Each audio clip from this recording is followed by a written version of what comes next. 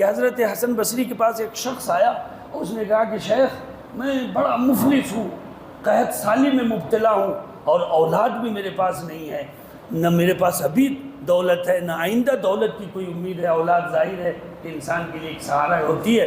یعنی 3 سوال تھا ان کا کہ ایک تو میں قحط میں مبتلا ہوں، دوسرے بالکل مفلوق الحال ہوں، اور تیسری بات یہ ہے کہ میرے اولاد نہیں ہے۔ تو حضرت حسن بصری رحمۃ اللہ علیہ نے انہیں مشورہ دیا کہ تم استغفار پڑھو۔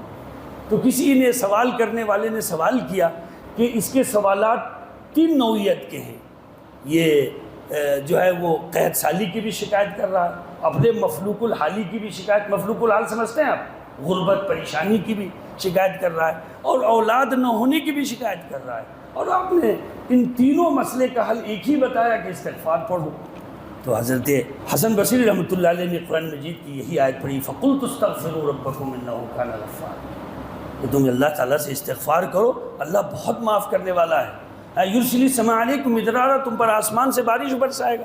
ظاہر ہے جب آسمان سے بارش ہوگی تو غلجات پیدا ہوں گے اور فروٹ پھل پیدا ہوں گے اور روزگار کے مواقع بڑھیں گے، اور اسی طریقے سے بِأَمْوَالٍ وَبَنِينَ، اللہ تمہیں مال بھی دے گا اور اولاد بھی دے گا۔